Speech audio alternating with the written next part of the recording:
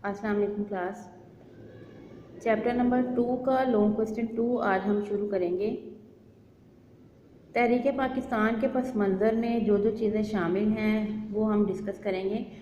उनमें long question 2 है आपका कायद-ए-आज़म के 14 निकात के बारे में आप क्या जानते हैं। कायद-ए-आज़म के 14 निकात काफ़ी मशहूर हुए और इसके पस मंज़र में सबसे जो अहम चीज़ है वो नेहरू रिपोर्ट है।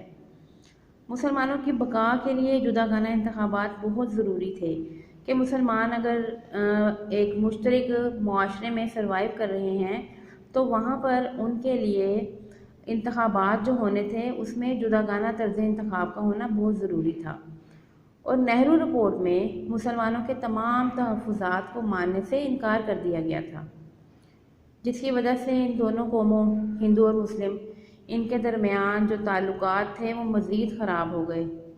तो नेहरू रिपोर्ट के नतीजे में कायद-ए-आज़म ने 14 निकात पेश किए थे और नेहरू रिपोर्ट को मानने से इनकार कर दिया था। अब उन 14 निकात में सबसे पहला जो पॉइंट है वो तर्ज़ आइन है। 14 निकात 1929 को पेश किए गए और इसका जो पहला पॉइंट वो तर्ज़ आइन है कि आइन किस तरह का होगा, किस टाइप का आइन होगा जिसके तहत मुल्क चलाया जाएगा। तो सबसे पहला पॉइंट है कि मुल्क का जो आइन है वो वफाकी तर्ज का होगा।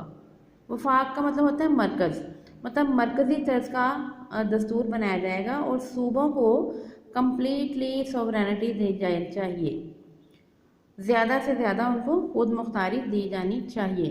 फिर उसका सेकंड पॉइंट है तमाम सूबों को एक ही असूल पर दाखिली खुद मुख्तारी दी जाए।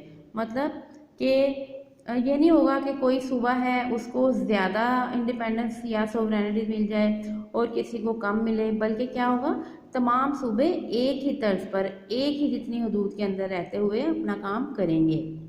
तीसरा पॉइंट है कि अक़लियतों को मुनासिब नुमाइंदगी दी जाएगी। अक़लियतें माइनॉरिटीज़ जैसा कि पाकिस्तान बनाने के तहरीक में ये चीज़ शामिल थी कि हम ऐसा मुल्क बनाएंगे जहाँ पर माइनॉरिटीज़ के साथ अक़लियतों के साथ प्रॉपर सलूक किया जाएगा। जो एक इंसान के हुकूक होते हैं, इंसानियत के तहत उनको हुकूक दिए जाएंगे और तमाम शोबाए ज़िंदगी में उनको मुनासिब नुमाइंदगी दी जाएगी। जितना के वो अहल होंगे उसी शोबे के अंदर उसको मुलाजमत दी जाएगी। कारोबारी ज़िंदगी के तमाम मराहत और तमाम फैसिलिटीज़, तमाम हुकूक उसको हासिल होंगे। फिर 14 निकात का चौथा जो पॉइंट है कि मरकज़ी असम्बली में मुसलमान मेंबरान की तादाद 1/3 से कम ना हो, मतलब 1/3 मुस्लिम होने ज़रूरी हैं। मरकज़ी असम्बली में जो मेन असम्बली है मरकज़ी असम्बली, उसमें मुसलमानों की तादाद 1/3 होना बहुत ज़रूरी है, उससे कम उसकी तादाद नहीं होगी। फिर पाँचवा पॉइंट है कि जुदागाना इंतखाब का असूल हर फ़िरका पर लागू होगा। अलबत्ता अगर कोई फ़िरका चाहे तो अपनी मर्ज़ी से मखलूत तरीका इंतखाब कबूल कर सकता है। मीन्स टू से कि कोई फ़िरका या जमात अगर चाहे तो वो अपनी मर्ज़ी से मखलूत तरीका इंतखाब को कबूल कर ले और चाहे तो वो जुदागाना तरीका इंतखाब को अपना ले। मतलब वो उसकी अपनी विल है कि वो किस तरह से काम करना चाह रहा है।